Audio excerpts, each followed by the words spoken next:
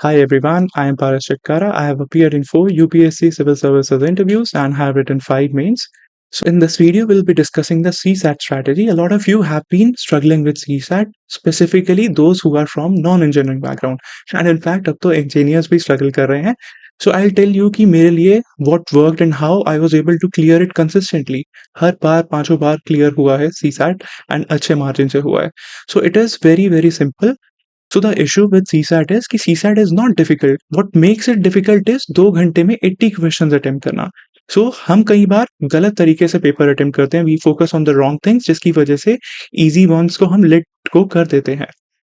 Low hanging fruits को हम छोड़ देते हैं. सो आई टेल यू एग्जैक्टली हर चीज को एड्रेस करेंगे. स्पेसिफिकली फोकस करूंगा कॉम्प्रीहेंशन पर. सो कॉम्प्रीहेंशन में इजीली बहुत ही बेसिक अप्रोच फॉलो करके 90% प्लस एक्यूरेसी लाई जा सकती है. एंड उसमें भी कुछ स्पेसिफिक ट्रिक्स लगती हैं. That also I will be sharing with you कि कैसे मैंने उन्हें यूज किया, कैसे अप्लाई किया एंड कैसे कॉम्प्रीहेंशन वाले पार्ट को अप्रोच किया. ठीक है. So apart from this I also discuss कि कैसे वहां पर 2 घंटे में हमें पेपर अटेम्प्ट करना है क्योंकि वो बहुत जरूरी है. So just stay with me till the end of this video and I will make sure कि सीसेट कभी प्रीलिम्स नहीं रोकेगा आपका. Alright, so let us start. So अब सीसैट में एक चीज का ध्यान रखना कि वहां पर हमें क्वेश्चंस के साथ दिल नहीं लगाना. अगर उसमें 5 मिनट 7 मिनट लग रहे हैं क्वेश्चन को तो इमीडिएटली उसे स्किप कर दो. इतना टाइम नहीं रहता कि हम एक एक क्वेश्चन वहां सॉल्व कर कर आएंगे. सो सारे 80 क्वेश्चन अटेम्प्ट करने जरूरी नहीं है. सबसे पहले ये चीज ध्यान में रख लेना. उसके बिना आराम से निकलता है. सो कैसे रहते हैं हमारे रीजनिंग, मैथ्स एंड कॉम्प्रीहेंशन में डिवाइडेड रहता है. रीजनिंग में हमारे रहेंगे अराउंड 15 या फिर around 18 plus minus x. Maths में रहते हैं हमारे somewhere around 35 plus minus x. ये हर साल वेरी करता रहता है. फिर comprehension is somewhere around 27 plus minus x. तो 80 क्वेश्चन. तो सबसे पहले करते हैं हम अपना फोकस कॉम्प्रीहेंशन वाले पार्ट में. इसके साथ I will be telling you 4 tips जो ध्यान रखनी है हमें कॉम्प्रीहेंशन सॉल्व करते हुए. कॉम्प्रीहेंशन में क्या है? कॉम्प्रीहेंशन में वो पूछता क्या है, या वो पूछता है क्रक्स क्या है, मैसेज क्या है उस पैसेज का, या फिर उससे हमें क्या इन्फ्रेंस मिल रही है. एजम्पशन बेस्ड क्वेश्चन देता है या बहुत ही फैक्चुअल देता है उससे क्वेश्चन. तो ठीक है. So tip number 1 is always always read the question first. Comprehension solve करते हुए सबसे पहली चीज जो हमें ध्यान में रखनी है वो है कि कभी भी पहले पैसेज पढ़ने मत बैठना. Never ever read the passage first. Always always go and read the question first. सबसे पहले जाओ क्वेश्चन देखो. क्यों? ये बहुत ही बेसिक चीज है जो हम गलत करते हैं. पूरा पैसेज पढ़ते हैं, फिर हम जाएंगे क्वेश्चन पढ़ेंगे, फिर वापस आकर पैसेज पढ़ते हैं आंसर ढूंढने के लिए. तो उससे क्या होता है, हमारा टाइम वेस्ट होता है. तो सिंपल तरीका, सबसे पहले जाओ क्वेश्चन पढ़ो. क्वेश्चन पढ़ोगे तो क्या होगा, हमारे माइंड में दिमाग में चलता रहेगा कि मुझे इस क्वेश्चन का सॉल्यूशन ढूंढना है इस पैसेज में. So we are doing a reverse thinking. So इससे क्या होगा, मैं डायरेक्टली पैसेज में अपना इसका आंसर ढूंढूंगा rather than studying this whole passage. ठीक है. तो वो मेरा टाइम बचाएगा. तो बहुत ही छोटी सी चीज है बट ये बहुत सिग्निफिकेंट इम्पैक्ट प्ले करती है अपना टाइम बचाने के लिए सीसेट में. क्लियर? और जो भी चीज क्वेश्चन आ रहा है उसको कोशिश करना कि वो स्टेटमेंट डायरेक्टली तुम्हें यहाँ पर मिल जाए. उसे ढूंढो. अब जैसे इस क्वेश्चन को देखो. इस क्वेश्चन में क्या बात हुई, Darwinian theory of evolution is not a theory at all. तो अब कंप्यूटर में हम कंट्रोल एफ करते हैं, अपने दिमाग को बोलो कंट्रोल एफ करे और ये Darwinian theory of evolution is not a theory, ये एग्जैक्ट टर्म यहाँ पर ढूंढने की कोशिश करो. ठीक है. ये लिखा हुआ therefore the so called Darwinian theory is not a theory at all. ठीक है. तो therefore लिखा हुआ है, इसका मतलब इसकी पहले इसने एक्सप्लेनेशन यहाँ दे दी होगी. तो ये रहा मेरा आंसर. इसी पैराग्राफ में मुझे अपना आंसर मिल सकता है. ऑलराइट. तो इस चीज का ध्यान रखना. उसने उसका रीजन पूछा बिकॉज, तो ये रहा मेरा आंसर, यहाँ पे दिया होगा. ठीक है. इस चीज का ध्यान रखना है हमें. ऐसे ही ये वाला क्वेश्चन पढ़ो. Natural selection can not anticipate future environments on the earth age. अब उसने रीजन पूछे हैं. अब इसमें भी सीसैट में ध्यान रखना कि जो हमारी एक्सट्रीम स्टेटमेंट्स होती हैं जैसे ऑल, उनके गलत होने के चांसेस बहुत हाई रहते हैं. सो एक बार उस पर्सपेक्टिव से इसको समझना और वेरीफाई कर लेना. सो और tip number 2 is extreme statements के इसमें भी मेजॉरिटी चांसेस होते हैं गलत होने के. ठीक है. सो ऑल वगैरह वहां पर भी एक्सट्रीम स्टेटमेंट गलत होने के चांसेस रहते हैं. तो अब इसमें क्या दिया है, स्पीशीज नॉट फुली प्रिपेयर्ड. अब मुझे क्या करना है, इसके पर्सपेक्टिव से जाकर इसको रीड करो, तुम्हें अपने आप वहां पर अपना आंसर मिल जाएगा. ठीक है. तो यहीं पर ये सारी स्टेटमेंट्स उसने दी हुई हैं, एड्रेस की हुई हैं, एंड उसके बेसिस पर तुम आराम से आंसर निकाल सकते हो. ठीक है. उसके बाद अब सीसैट में मुझे क्वेश्चंस कैसे सिलेक्ट करने हैं। टिप नंबर 3, ऐसा क्वेश्चन पहले चूज करना जिसका पैसेज बहुत छोटा हो या फिर जिसके साथ ऐसे मल्टीपल क्वेश्चंस हो। सो मुझे सीसैट में क्वेश्चन ऐसे सिलेक्ट करने हैं जिसमें एक ही पैसेज के साथ मल्टीपल क्वेश्चंस ही हो। अगेन, क्या इंटेंशन है, क्या पर्पस है, इससे मेरा टाइम सेव हो रहा है। मुझे एक ही पैसेज पढ़ने के बाद सीधा 3 क्वेश्चंस मिल रहे हैं, तो मैं 5 मिनट 4 मिनट में 3 क्वेश्चन अटेम्प्ट कर पाऊंगा।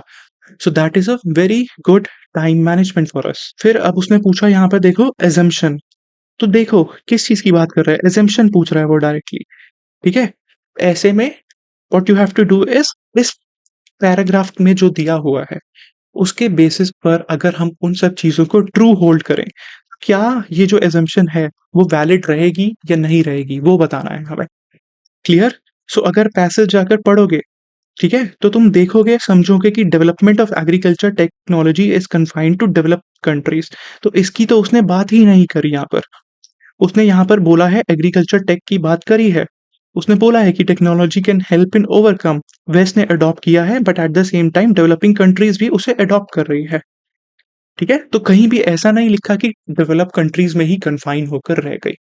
सो ये चीज हमें समझनी है, ध्यान रखना है, ये सारी एजम्पशन है जो ऊपर दिया हुआ है उसी के बेसिस पर हमारा आंसर आएगा।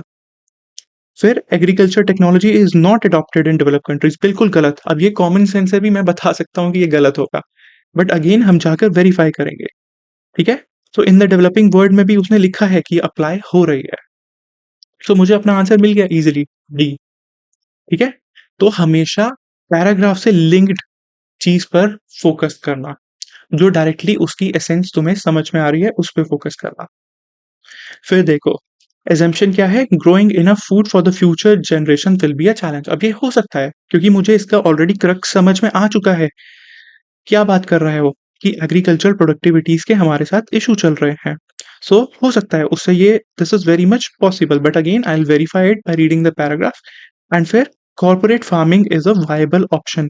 अगर उस पैसेज में उसने कहीं भी कॉर्पोरेट फार्मिंग की बात नहीं की है तो ये स्टेटमेंट हमारी गलत हो जाएगी। ठीक है, सो ध्यान रखना, अगर कॉर्पोरेट फार्मिंग की इसकी बात कहीं भी पैसेज में नहीं हुई तो ये स्टेटमेंट हमारी गलत हो जाएगी। सो आंसर हमारा हो जाएगा A1 एंड A1 ओनली। ठीक है, अब फिर देखो ये कैसे सिंपल से पैसेज है।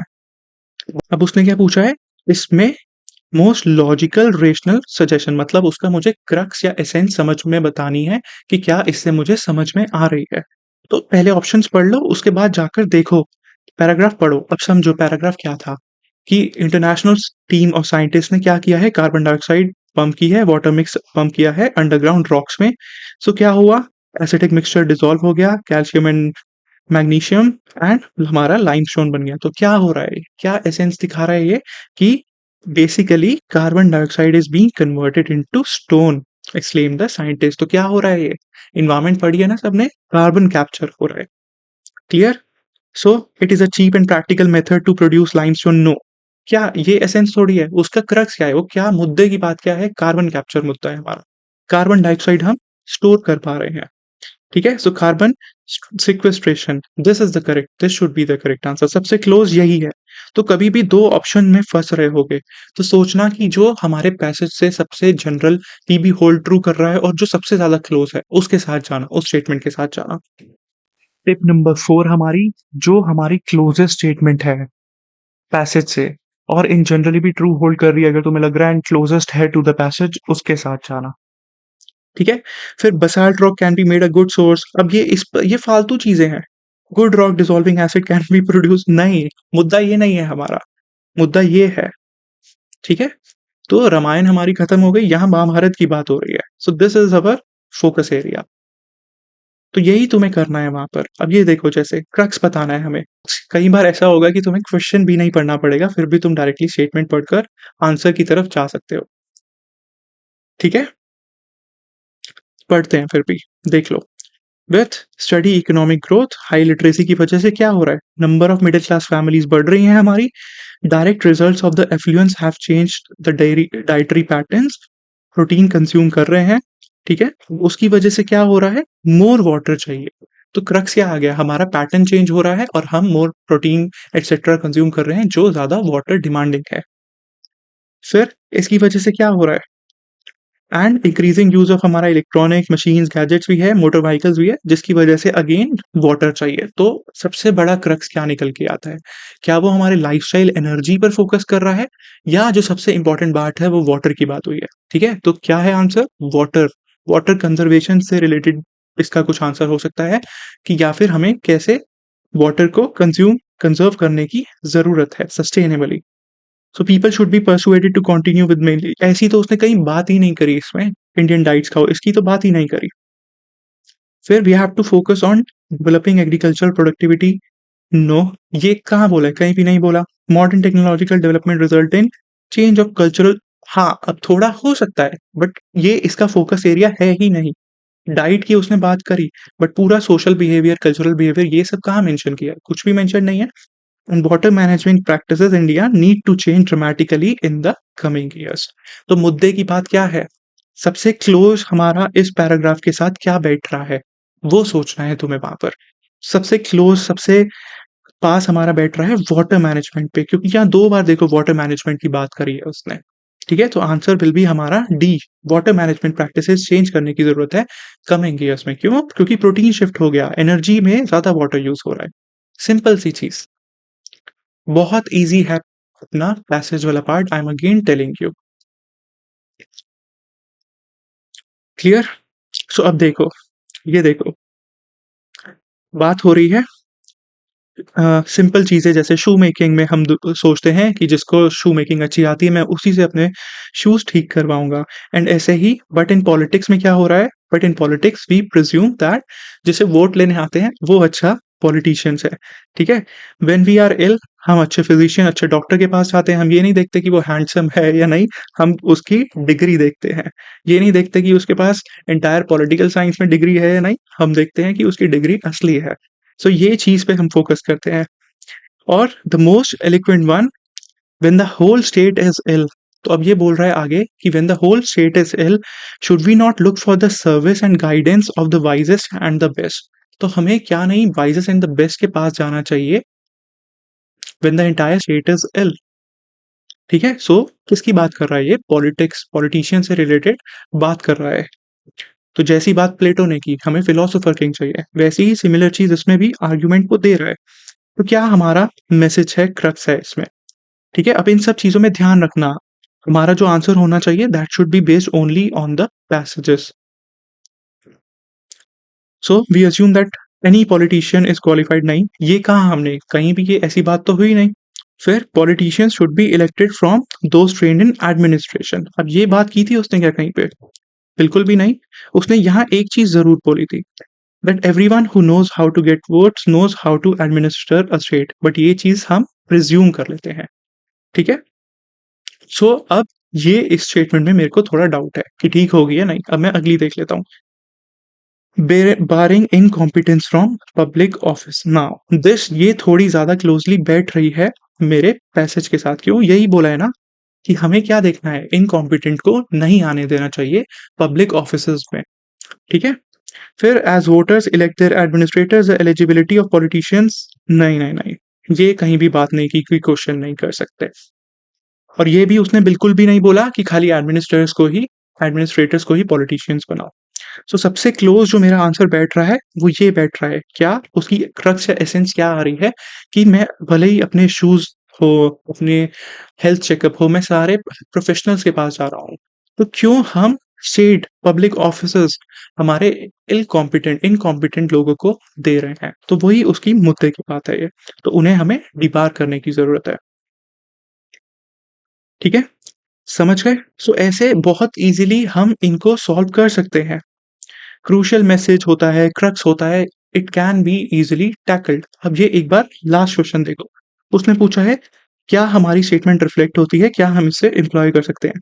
अब मान लो कि तुमने ये पैसेज अभी तक पढ़ा नहीं, डायरेक्टली स्टेटमेंट पे जंप कर देखते हैं। Educational system must be strengthen in rural areas ना। नहीं, ऐसी तो बात हो नहीं सकती कि खाली रूरल एरियाज पे वो फोकस करेगा। फिर large scale and effective implementation of skill development programme is the need of the hour. अब हो सकता है, this is quite possible. Health and nutrition of only skilled workers. See, फिर से उसने फंसाया कहां पर? यहाँ पर ओनली स्किल्ड वर्कर बोलकर। So you have to consider this statement. इसको हम फिर से वेरीफाई करेंगे बट 99% की गलती होगी। And for rapid economic growth as envisaged by us, attention should be paid to health and nutrition of the people। अब मुझे जो सबसे अच्छी स्टेटमेंट इन सब में से लग रही है, अगर मैं बिना पैसेज पढ़े भी मार्क करूंगा तो डी लग रही है। ठीक है, अगर फर्स्ट भी रहा है तो हमारा बी या डी में फर्स्ट रहा है।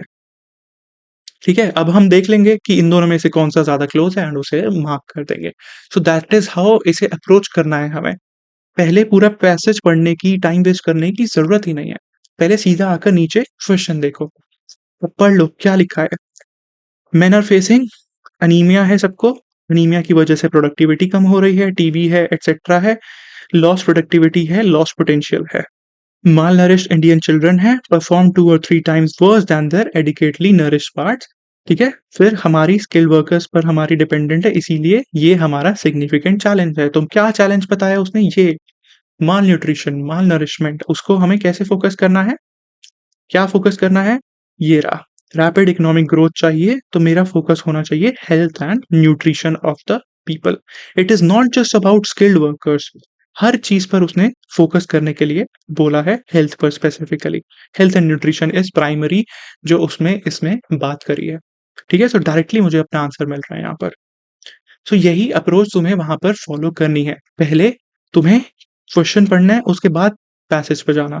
फिर अगर कोई ऐसे फैक्चुअल क्वेश्चन आते हैं ना, जैसे ये पुअर डिबेटेबल क्यों है, तो एकदम से पैसेज में जाकर ढूंढो कि पुअर डिबेट की बात कहाँ की। ये रहा, उसने पुअर बोला और ये रही उसने डिबेट की बात करी।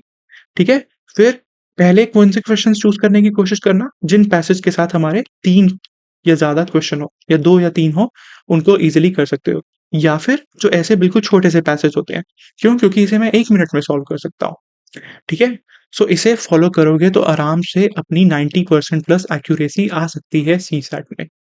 इन सिंपल अप्रोच को यूज कर कर हम आराम से कॉम्प्रीहेंशन में अपना +50 ला सकते हैं। अराउंड मेरे अगर 20 भी नेट करेक्ट होंगे तो मेरा डायरेक्टली स्कोर +50 हो जाएगा। 27 आ रहे थे ना, अराउंड 27 क्वेश्चन आते थे, उसमें 20 नेट करेक्ट करना इज वेरी इजी।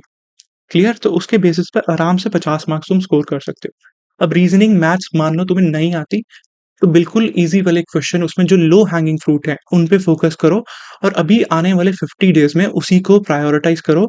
ये अपने एरियाज आइडेंटिफाई करके रख लो। अब जैसे रीजनिंग में क्या आता है, रीजनिंग में वो पूछता है clocks, calendar, series and progression, blood relationships. ठीक है, तो इसमें पीवाईक्यूज देखो, जो तुम्हें लग रहा है ना ये सबसे इजी है करना, जाकर डायरेक्टली उन्हीं क्वेश्चंस को ढूंढो और सबसे पहले उन्हीं को अटेम्प्ट करो, ताकि 1-1 मिनट में मेरे वो क्वेश्चंस होते रहें।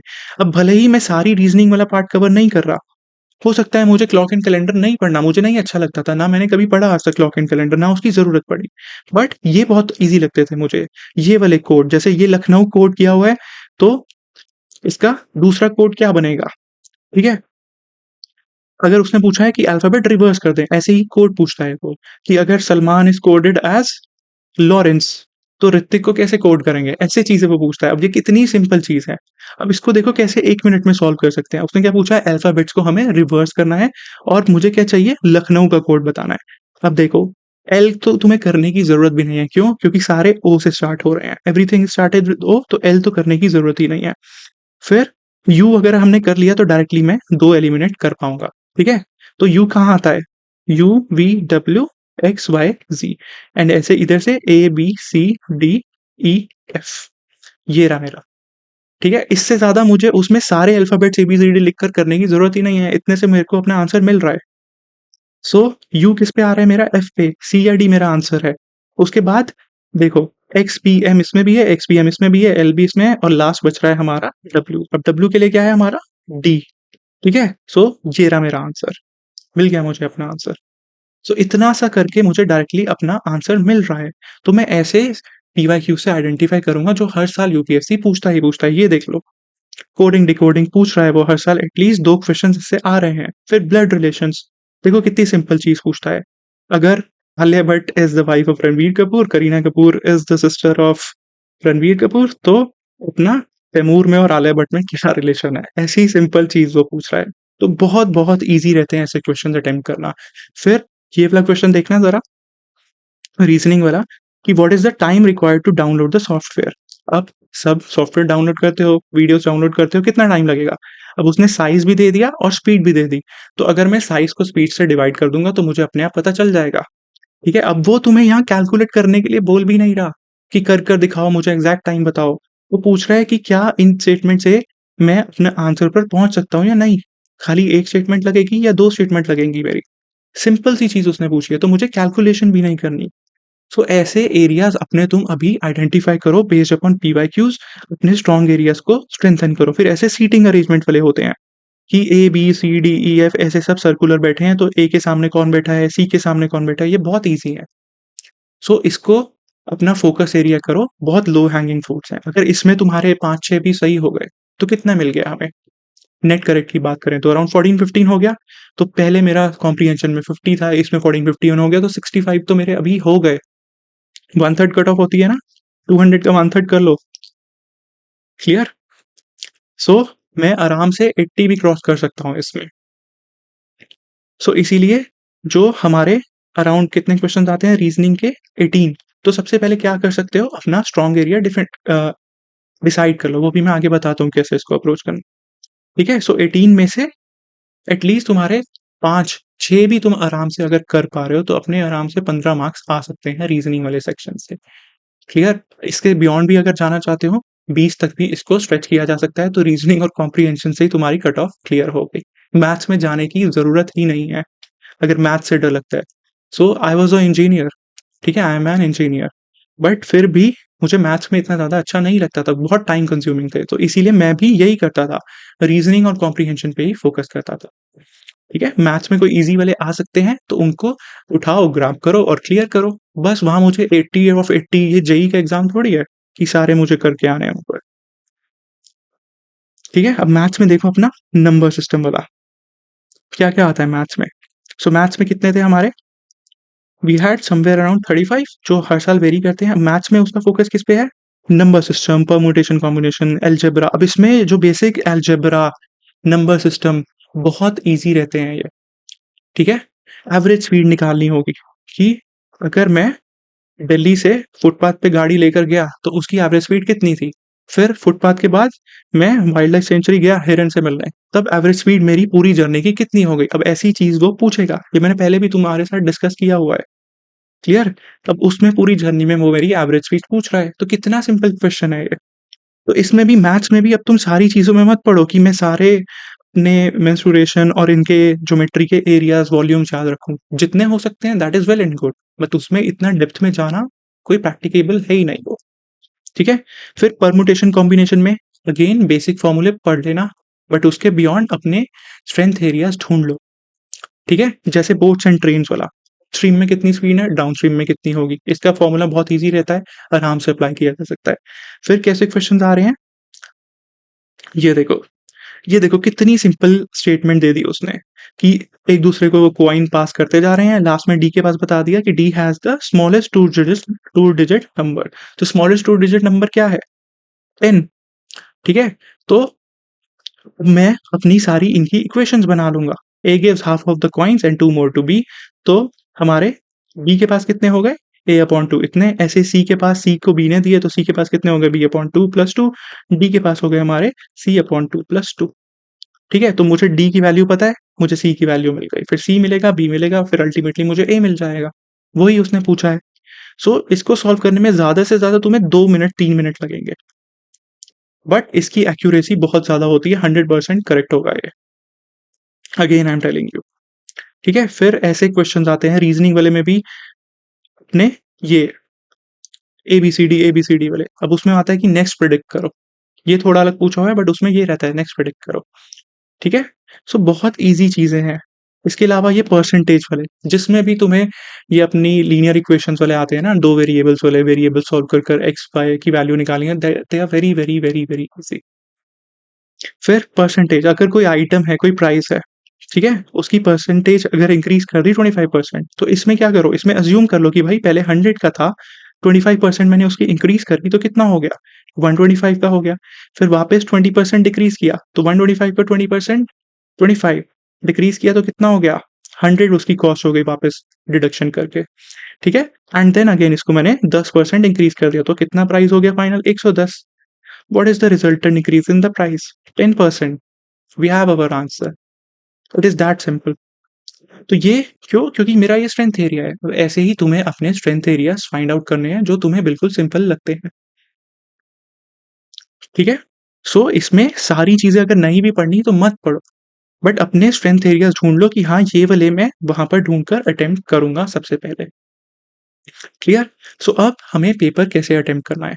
सबसे बड़ी बात, सारे 80 क्वेश्चंस अटेम्प्ट करने की ज़रूरत है ही नहीं। उस चीज़ में तुम फँसो ही मत। क्यों? क्योंकि अगर एक क्वेश्चन पर मैं बैठ गया 5-7 मिनट तो मेरा सारा टाइम गया। उस एक क्वेश्चन में हो सकता है कि मैं अपने 3 पैसेज कर सकता हूँ। क्लियर? तो वहाँ ऐसा चैलेंज मत लेना कि भाई ये मैथ्स का क्वेश्चन तो मैं सॉल्व कर ही रहूँगा, चाहे कुछ भी हो जाए। तो ऐसा चैलेंज मत लेना।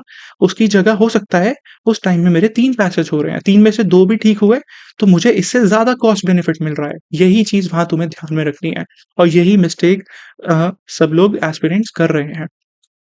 क्लियर? तो अपना कॉस्ट बेनिफिट देखो।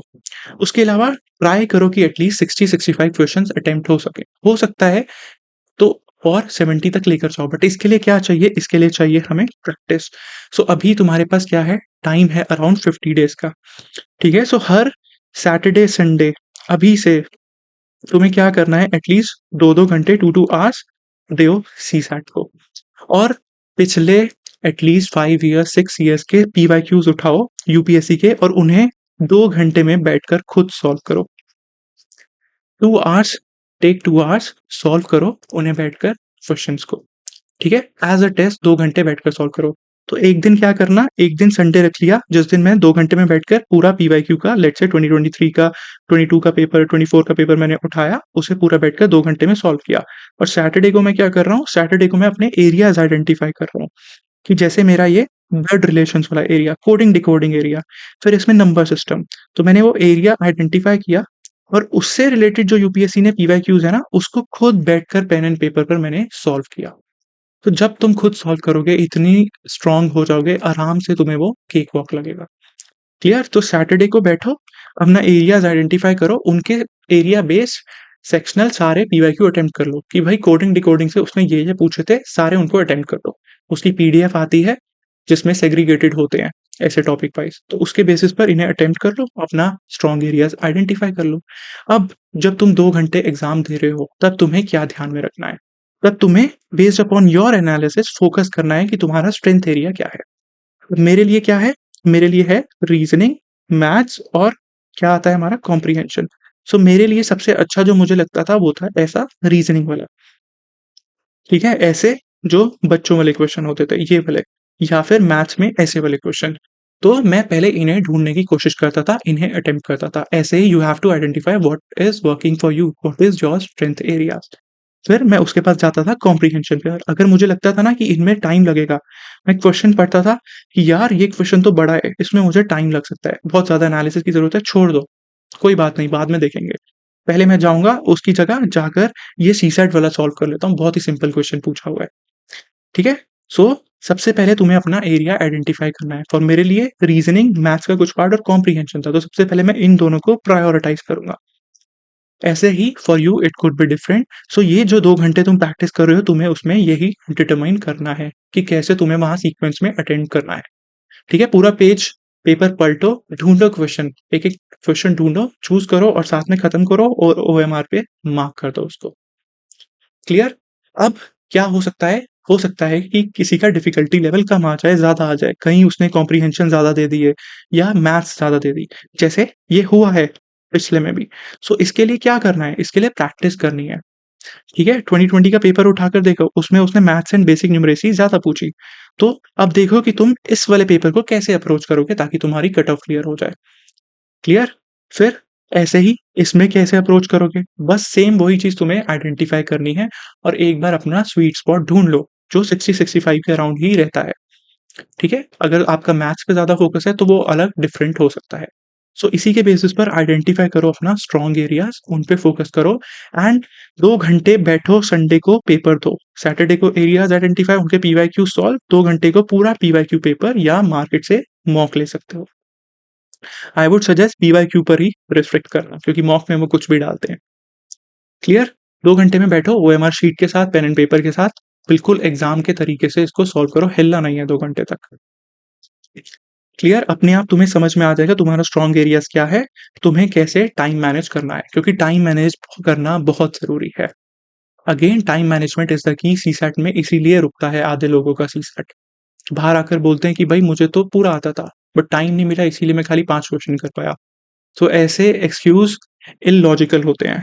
अभी से प्रैक्टिस करो एंड आई अश्योर यू कि अगर ये चीज़ तुमने आइडेंटिफाई कर ली, समझ में आ गया, so it will be very, very easy for you. कितना भी मुश्किल सीसैट पेपर आए, फिर भी तुम इसे आराम से निकाल लोगे, ठीक है? बाकी if you want we can discuss PYQs, let's say 3-4 साल के हम लाइव उनको बैठकर सॉल्व भी कर सकते हैं। Alright? So if you want कि ऐसे हम डिस्कशन करें कि कैसे इन कॉम्प्रिहेंशन को, लेट्स से हमने सारे कॉम्प्रिहेंशन उठा लिए कि उनको कैसे सॉल्व करना था। सो वैसा भी हम लोग कर सकते हैं। ठीक है? So let me know if you want that discussion, so उस पर भी हम लोग जा सकते हैं। ठीक है? सो इस चीज़ को आप फोकस करो, प्रैक्टिस करो। हो जाएगा बाकी, don't worry, I am here with you. I am pretty sure कि सबकी पढ़ाई अच्छी चल रही होगी एंड प्रैक्टिस करोगे, so you will definitely, so you will be able to clear the prelims. बस अपना सीसैट का डर निकाल दो। डर कैसे निकलेगा? ऐसे निकलेगा। फिर इसमें अगर कोई तुम्हें लग रहा है ना कि ये टॉपिक समझ में नहीं आ रहा, तो अभी टाइम परमिट नहीं करता तो उसे छोड़ दो। उस पे ज़्यादा इतनी मेहनत करने का, टाइम वेस्ट करने का ज़रूरत नहीं है। अपने एरियाज़ आइडेंटिफ़ाई कर लो जिन पर तुम फ़ोकस करोगे। फिर भी अगर तुम कोई टॉपिक पढ़ना चाहते हो जिससे बहुत ज़्यादा क्वेश्चन आ रहे हैं एंड हाँ यार परम्यूटेशन कॉम्बिनेशन से आ रहे हैं, तो एक बार मैं उनके फ़ॉर्मूले पढ़ ही लेता हूँ। हो सकता है मुझसे 5 क्वेश्चन ना होए तो 1 तो हो जाए।